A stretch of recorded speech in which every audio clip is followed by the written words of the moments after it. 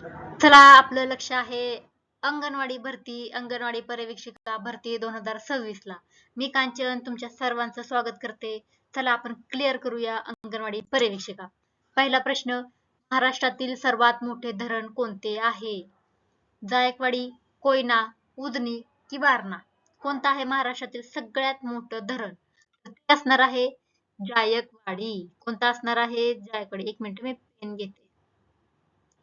असणार आहे जायकवाडी धरण सगळ्यात मोठं महाराष्ट्रातील धरण आहे. कोणत्या नदीवर आहे? गोदावरी. कुठली नदी? गोदावरी. कुठल्या जिल्ह्यांदरम्यान स्थित आहे? तर छत्रपती संभाजीनगर. त्याला आधी औरंगाबाद म्हणत होते. छत्रपती संभाजीनगर आणि जालना जिल्ह्यादरम्यान स्थित आहे. कोणतं धरण? जायकवाडी. महाराष्ट्रातील सगळ्यात मोठं धरण गोदावरी नदीवर आहे. हे महाराष्ट्रातील जलसाठ्याच्या म्हणजे स्टोरेज कॅपॅसिटीच्या दृष्टीने सगळ्यात मोठं धरण आहे. या धरणामुळे नाथसागर जलाशय तयार झालेला आहे. आता काय, हे धरण तर आहे जायकवाडी, त्या धरणावर एक लेक तयार झालाय म्हणजे एक जलाशय म्हणजे तलाव निर्माण झालाय. कोणता? नाथसागर. तेव्हा प्रश्न येतो बरं का, नाथसागर कोणत्या धरणावर आहे? तर जायकवाडी. याचा मुख्य उपयोग सिंचन, पिण्याचे पाणी, औद्योगिक वापर आणि मत्स्य व्यवसायासाठी केला जातो. लक्षात ठेवा, जायकवाडी गोदावरी नदीवर आहे, छत्रपती संभाजीनगर आणि जालना जिल्ह्यात आहे. यावर नाथसागर जलाशय तर आहेत, शिवाय हे महाराष्ट्रातील सगळ्यात मोठं धरण आहे. आता बाकी पर्याय बघू. कोयना धरण. कोयना धरण कुठे आहे? सातारा जिल्ह्यात आहे. कोयना नदीवर आहे. कोयना धरण कोयना नदीवर. सगळ्यात सोपं, सातारा जिल्ह्यात आहे, आमच्या जिल्ह्यात. तुमच्या जिल्ह्यात कोणती कोणती धरणं आहेत तेवढं सांगा मला कमेंट मध्ये. जलविद्युत निर्मितीसाठी याचा वापर होतो. कशासाठी? हायड्रो इलेक्ट्रिक पॉवर साठी प्रसिद्ध आहे. जलविद्युत निर्मितीसाठी. लक्षात घ्या, कोयना धरण. आणि हे महाराष्ट्रातील सर्वात मोठे जलविद्युत प्रकल्प याच धरणाशी संबंधित आहे. आता जायकवाडी महाराष्ट्रातील सगळ्यात मोठं धरण तर होतच, पण जलविद्युत प्रकल्पासाठी कोणतं मोठं आहे? तर कोयना धरण मोठं आहे. सातारा जिल्ह्यात आहे, कोयना नदीवर आहे. आता आपण गोष्ट करूया उजनीची, म्हणजे बोलूया. उजनी धरण भीमा नदीवर आहे. उजनी भीमा नदीवर आहे. कुठं असणार आहे? सोलापूर जिल्ह्यात असणार आहे. हे कशासाठी वापरतो? सिंचन आणि पाणी पुरवठ्यासाठी वापरलं जातं. आता येऊया वारणा धरणाकडे. वारणा धरण वारणा नदीवर आहे. वाव, छान. असे प्रश्न मला फार आवडतात. तिथंच उत्तर, तिथंच सगळं. कोयना कोयना नदीवर. वारणा वारणा नदीवर. कुठं असणार आहे? सांगली कोल्हापूर परिसरात आहे, म्हणजे ह्या जिल्ह्यात आहे. प्रादेशिक शिक्षण सिंचनासाठी प्रादेशिक सिंचनासाठी याचा वापर होतो. आणि जायकवाडीपेक्षा ऑब्विसली जायकवाडी मोठे म्हटलं, बाकी सगळे लहानच असणार आहेत. चला पुढच्या प्रश्नाकडे. भारताच्या राज्यघटनेतील मूलभूत कर्तव्य कोणत्या घटना दुरुस्तीने समाविष्ट करण्यात आलेली आहेत? कोणत्या घटना दुरुस्ती आहे ज्यामुळे आपल्याला फंडामेंटल ड्युटीज ऍड करण्यात आल्या? 42वी घटना दुरुस्ती, 44वी, 52वी की 61वी? कोणती आहे? तर ती आहे 44वी घटना दुरुस्ती. याने आपल्याला फंडामेंटल कर्तव्य, मार्गदर्शक तत्वे नाहीत, मूलभूत कर्तव्ये ऍड करण्यात आली. 42व्या घटनेने 42वी घटना दुरुस्ती 1976 ची. यामुळे काय झालं? राज्यघटनेत भाग 4A म्हणजे पार्ट ए समाविष्ट करण्यात आला. सॉरी, मी 44 म्हटलं का इथं उत्तरमध्ये? नाही, 42 आहे. 42. सॉरी, 2-3 लेक्चर रेकॉर्ड केलेत ना, म्हणून तसं झालं. 42व्या घटना दुरुस्तीने आपण मूलभूत कर्तव्य ऍड केलेली आहेत. कोणत्या कलमात? कलम 51A मध्ये ऍड केलेलं आहे. किती केले आहेत? 10 मूलभूत कर्तव्य केले आहेत. पण आपल्याकडे आहेत किती? 11. मग 11वं कलम कधी ऍड झाले? ऍड झाले 86वी घटना दुरुस्ती 2002 मुळे आपल्याला 11वे मूलभूत कर्तव्य मिळलं. कुठलं ते? 6 ते 14 वर्ष वयोगटातील मुलांना शिक्षणाची संधी उपलब्ध करून देणे. हे 11वं मूलभूत कर्तव्य 86वी घटना दुरुस्तीने 2002 ला ऍड केलं. बर, आता हे मूलभूत कर्तव्य पहिल्यापासून घटनेत होती का? नाही. मग कुठल्या समितीच्या शिफारशीने संविधानात समाविष्ट केली? तर स्वर्णसिंह समितीने शिफारस केली की आपल्याला मूलभूत कर्तव्य असायला पाहिजे. त्यानुसार आपण 42वी घटना दुरुस्ती 1976 ला केली आणि पार्ट 4A ऍड केला. कोणतं कलम? 51A मध्ये. सुरुवातीला 10 मूलभूत कर्तव्य होती. 11वं कुठल्या घटना दुरुस्तीने आलं 86व्या. कोणतं आलं? 6 ते 14 वर्ष वयोगटातील मुलांना शिक्षणाची संधी उपलब्ध करून देणे. 44वी घटना दुरुस्ती कशा संबंधित आहे? 44वी आहे मालमत्तेचा जो अधिकार होता मूलभूत अधिकार म्हणून काढून टाकला. त्याला 300 कलमात टाकलं आणि त्याला कायदेशीर अधिकार करून दिला. बघा किती 3 फॅक्ट आहेत. 44वी घटना दुरुस्ती 1978 मध्ये कुठली? मालमत्तेचा अधिकार होता, काढून टाकला आणि तो कलम 300A मध्ये टाकला आणि कायदेशीर अधिकार करण्यात आला. त्याचा मूलभूत कर्तव्याशी संबंध नाही. आता 52वी घटना दुरुस्ती 1985 ची. त्यामुळे काय झालं? पक्षांतर बंदी कायदा म्हणजे अँटी डिफेक्शन लॉ लागू करण्यात आला. 10वी अनुसूची 10th शेड्यूल पक्षांतर बंदी कायद्यासोबत जोडण्यात आले. म्हणजे 52व्या घटना दुरुस्तीने 2 कामं झाली. पक्षांतर बंदी कायदा केला आणि 10वी अनुसूची जोडण्यात आली. तर 61वी घटना दुरुस्ती 1989 ची. 61वी घटना दुरुस्ती 1989 ची. यामुळे आपलं मतदानाचं वय 21 वरून 18 वर्ष करण्यात आलं. आता जो आपण मतदान करतो 18 वर्षाच्या पुढे, ते आधी किती होतं वय? 21 होतं. 21 वर्षाच्या पुढे मतदान करायला येत होतं. तर 21वी घटना दुरुस्ती केली 1989 ला आणि मतदानाचे किमान वय 21 वरून 18 वर्ष करण्यात आलं आणि कलम 326 मध्ये पण बदल करण्यात आला. भारतातील सर्वाधिक कॉफी उत्पादन कोणत्या राज्यात होते? असं कोणतं राज्य आहे जिथे कॉफीचं उत्पादन सगळ्यात जास्त होतं? केरळ, तमिळनाडू, कर्नाटक की आंध्र प्रदेश? कोणतं आहे ते राज्य? राज्य आहे कर्नाटक. कर्नाटकमध्ये सगळ्यात जास्त कॉफी उत्पादन होते. कर्नाटक हे भारतातील सर्वाधिक कॉफी उत्पादनासाठी प्रसिद्ध आहे. भारतातील एकूण कॉफी उत्पादनापैकी सुमारे 65 ते 70% उत्पादन कर्नाटकात होते. एकटा कर्नाटक पूर्ण भारतात 65 ते 70% उत्पादन घेतो कॉफीचं. आता कुठले जिल्हे आहेत फेमस आहेत सगळ्यात जास्त? कोडगू म्हणजे आपण कुर्ग म्हणतो, चिकमंगलूर आणि हसन हे 3 जिल्हे आहेत ते फेमस आहेत. तर कुठली कॉफी? भारतात अरेबिका आणि रोबस्टा या दोन्ही प्रकारच्या कॉफीचे उत्पादन होते. अरेबिका आणि रोबस्टा. जर तुम्हाला विचारलं अरेबिका आणि रोबस्टा काय आहे, तर ते कॉफीचं उत्पादन घेतं. म्हणजे सॉरी कॉफीचं व्हरायटी आहेत अरेबिका आणि रोबस्टा. कोण सगळ्यात जास्त घेतं? कर्नाटक. केरळमध्ये पण कॉफीचं उत्पादन घेतं, पण ते केरळ होतं, पण केरळ दुसऱ्या क्रमांकाचे कॉफी उत्पादनात आहे. वायनाड परिसरात कॉफी घेतली जाते, उत्पादन घेतले जाते. आता तमिळनाडू तिसऱ्या क्रमांकावर येतं. तमिळनाडूतील निलगिरी, इरकोंड, कोडाईकनाल हे कॉफीचे उत्पादन क्षेत्र ओळखली जातात. आता आंध्र प्रदेशामध्ये अराकू व्हॅली आहे. अराकू व्हॅली आंध्र प्रदेशात आहे. तिथे कॉफीची लागवड केली जाते. मात्र एकूण उत्पादनाच्या दृष्टीने कर्नाटक, केरळ आणि तमिळनाडूपेक्षाही खूपच कमी आहे. म्हणजे आंध्र प्रदेशात थोड्या प्रमाणात उत्पादन होतं. 1 नंबरला कोण आहे? कर्नाटक, 2 नंबरला केरळ, 3 नंबरला तमिळनाडू असं उत्पादन घेतलं जातं. जर आता मी प्रश्न विचारला की महाराष्ट्रात कॉफी उत्पादन होतच नाही का मग? आणि जर होतं तर कोणत्या जिल्ह्यात होतं? तर आपल्या महाराष्ट्रात पण कॉफीचं उत्पादन होतं. कुठल्या जिल्ह्यात? जिल्हा आहे सिंधुदुर्ग. सिंधुदुर्ग जिल्हा हा महाराष्ट्रातील सर्वाधिक कॉफी उत्पादन करणारा जिल्हा आहे.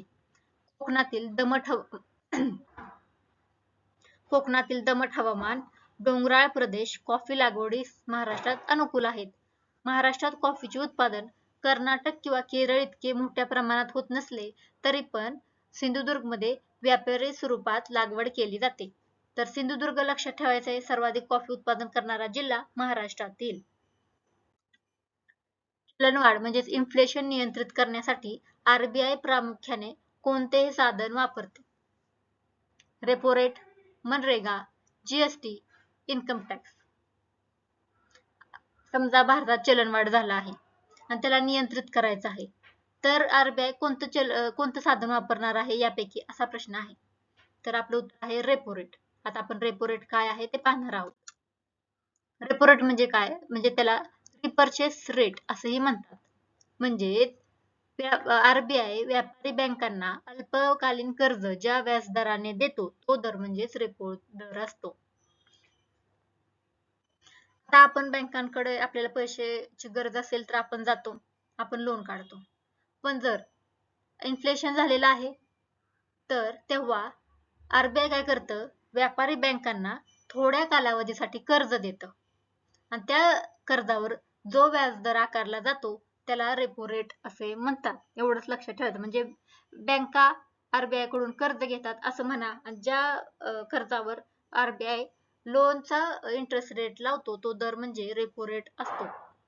चलन वाढ झाल्यास आरबीआय रेपो रेट वाढवतो. एवढंच लक्षात ठेवा. इन्फ्लेशन असला की आरबीआय रेपो रेट वाढवतो. त्यामुळे कर्ज महाग होते.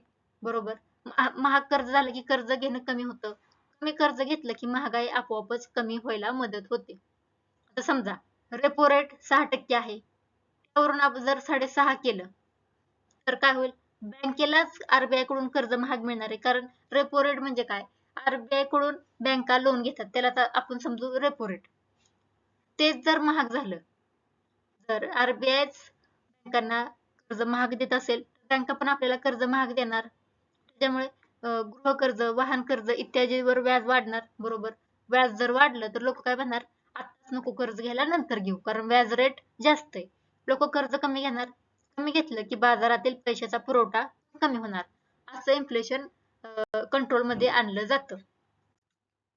आता रिव्हर्स रेपो ह्याच्या संदर्भातली अजून एक टर्म आहे, reverse repo rate. Reverse repo rate यामध्ये काय होतं, व्यापारी बँका, लक्षात घ्या बँका या बरं इथं, व्यापारी बँका आरबीआय कडे अल्पकालीन पैसे ठेवतात.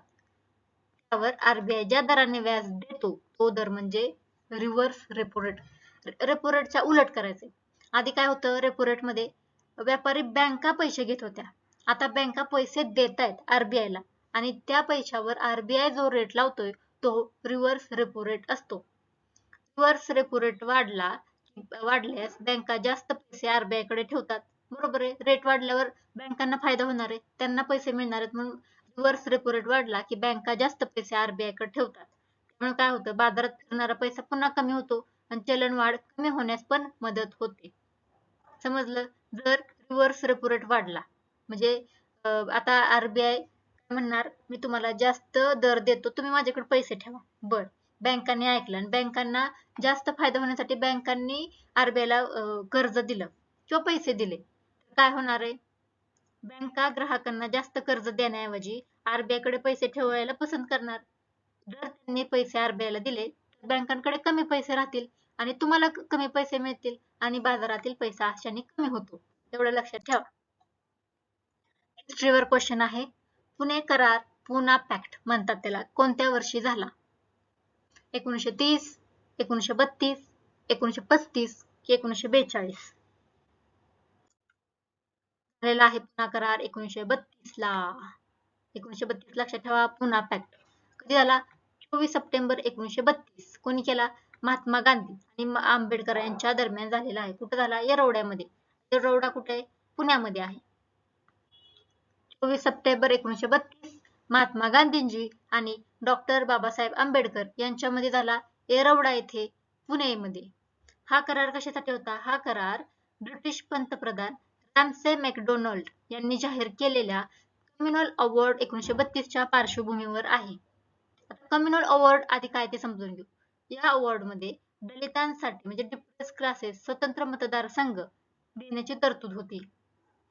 महात्मा गांधीजींनी याला विरोध केला आणि येरवडा तुरुंगात आमरण उपोषण सुरू केलं.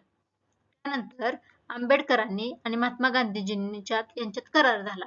या करारानुसार स्वतंत्र मतदारसंघ रद्द करण्यात आला. परंतु संयुक्त मतदारसंघात अनुसूचित जातीसाठी म्हणजे दलितांसाठी राखीव जागा यांची संख्या वाढवण्यात आली. आता मी सांगते काय झालं होतं. पुणे करार.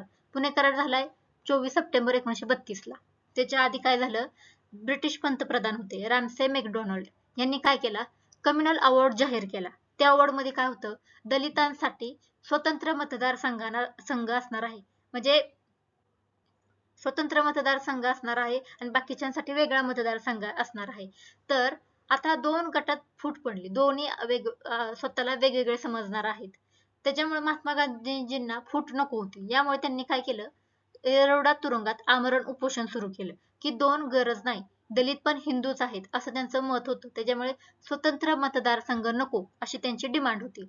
मग डॉक्टर बाबासाहेब आंबेडकर आणि महात्मा गांधी यांच्यात करार झाला. कधी झाला? 24 सप्टेंबर 1932 ला. आणि त्यानुसार काय झालं की स्वतंत्र मतदारसंघ रद्द करण्यात आला.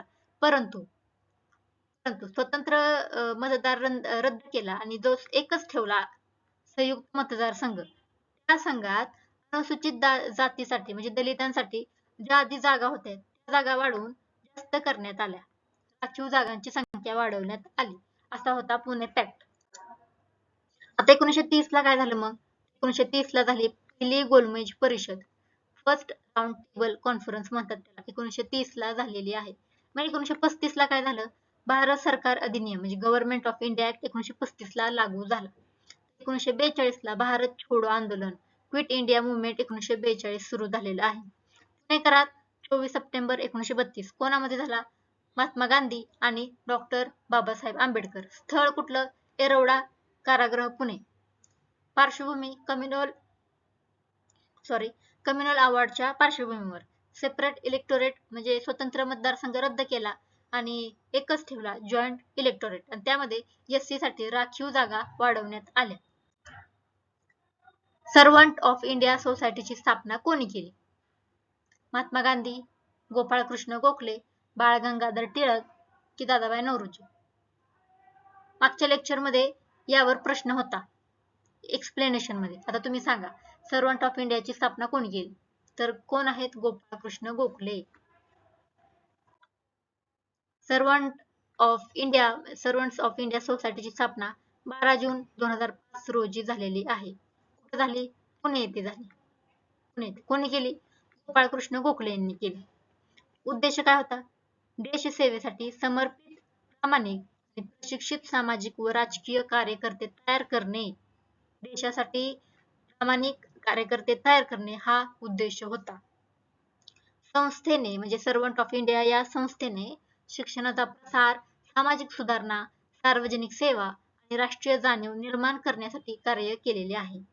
गोपाळकृष्ण हे काय होते? मवाळ म्हणजे मॉडरेट होते, विचारसरणीचे होते आणि महात्मा गांधींचे राजकीय गुरु कोण आहेत? गोपाळकृष्ण गोखले आहेत.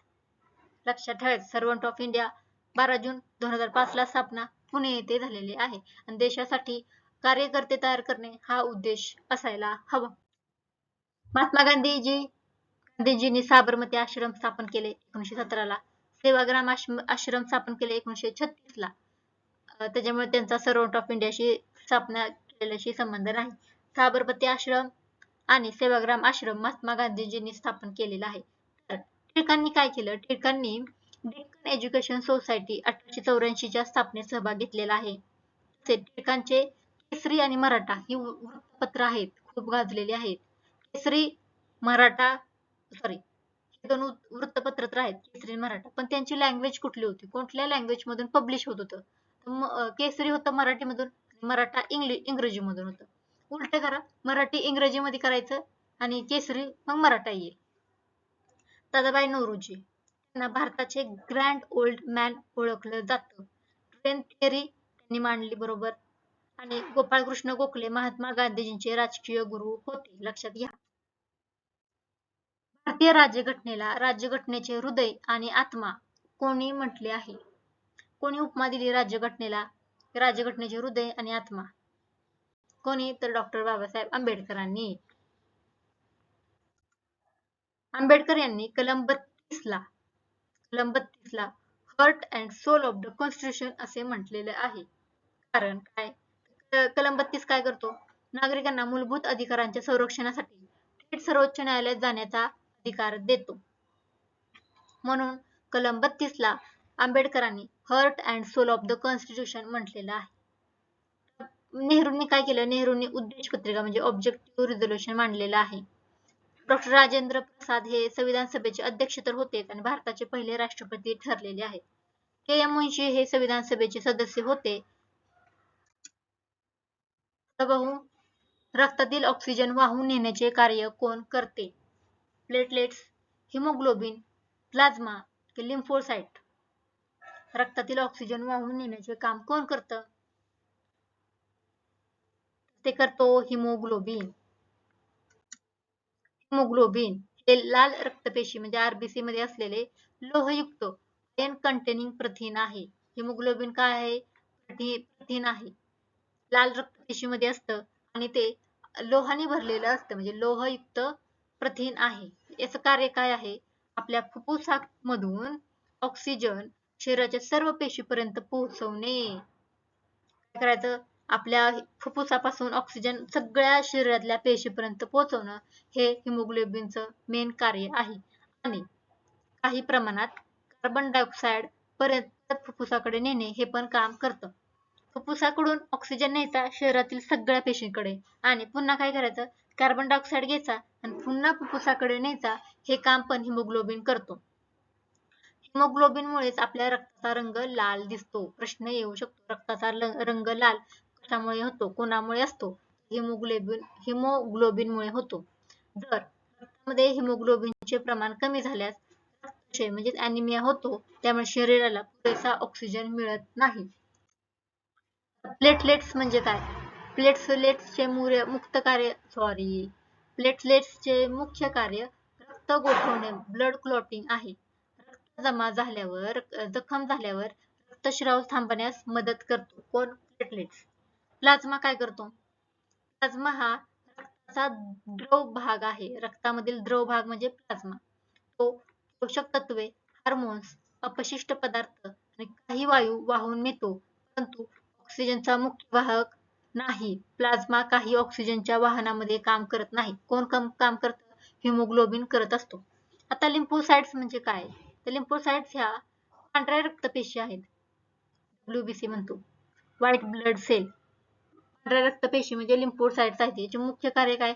रोगप्रतिकारक शक्ती, इम्युनिटी वाढवणे आणि संसर्गाशी लढा देणे. RBC म्हणजे लाल रक्तपेशी ऑक्सिजन वाहून नेतात. हिमोग्लोबिन ऑक्सिजन वाहून नेणारे लोहयुक्त प्रथिन आहे. प्लेटलेट्स रक्त गोठवतो आणि WBC म्हणजे लिम्फोसाइट रोगप्रतिकारक शक्ती वाढवतो. प्लाझ्मा काय आहे? रक्ताचा द्रव भाग आहे. सुमारे किती असणार आहे? 55%. DNA मुख्यतः कोठे आढळते? DNA मुख्यतः कोठे आढळते? रायबोसोम, केंद्रक, माइटोकॉन्ड्रिया की गोल्गी बॉडी? कुठं आढळतं? ऑब्विसली न्यूक्लियस मध्ये. केंद्रकात आपल्याला DNA दिसणार आहे. DNA म्हणजे काय? डिऑक्सिरायबो न्यूक्लिक ऍसिड. डिऑक्सिरायबो न्यूक्लिक ऍसिड हे पेशीतील अनुवांशिक माहितीचे वाहक आहे. म्हणजे जेनेटिक माहिती वाहून नेण्याचं काम DNA करत असतो. बहुतेक DNA केंद्रकात असतात, न्यूक्लियस मध्ये असतो आणि तो गुणसूत्रामध्ये क्रोमोसोम्स मध्ये साठवला जातो.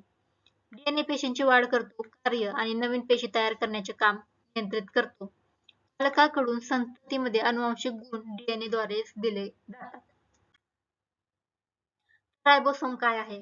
रायबोसोम हे मुख्य कार्य काय करतं? प्रथिनांचे संश्लेषण करत असते. इथे DNA असतो का? नाही. रायबोसोम मध्ये DNA असून rRNA आणि प्रथिने असतात. माइटोकॉन्ड्रिया काय? माइटोकॉन्ड्रियामध्ये थोड्या प्रमाणात स्वतःचे DNA म्हणजे mtDNA असतो. परंतु प्रश्नात विचारले आहे की आपल्याला DNA कुठे आहे? तर तो केंद्रकात मिळणार आहे. गोल्गी बॉडी काय आहे? गोल्गी बॉडीचे कार्य प्रथिने व इतर पदार्थांचे पॅकेजिंग करणे, साठवणी करणे आणि स्त्राव करणे आहे. म्हणून गोल्गी बॉडीला काय म्हणतात? पॅकेजिंग अँड सिक्रेशन करणे असेही म्हटलं जातं. आता आपण वन लाईनर पाहू. DNA अनुवांशिक माहितीचे वहन करतं आणि केंद्रकात आढळतो. कुठे आढळतो? केंद्रकात.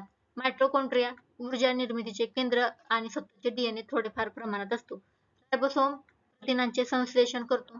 गोल्गी बॉडी पॅकेजिंग व स्त्राव करतो प्रथिनांचे आणि इतर पदार्थांचे. भारत सरकारच्या मिशन लाईफ उपक्रमाचा मुख्य उद्देश काय आहे?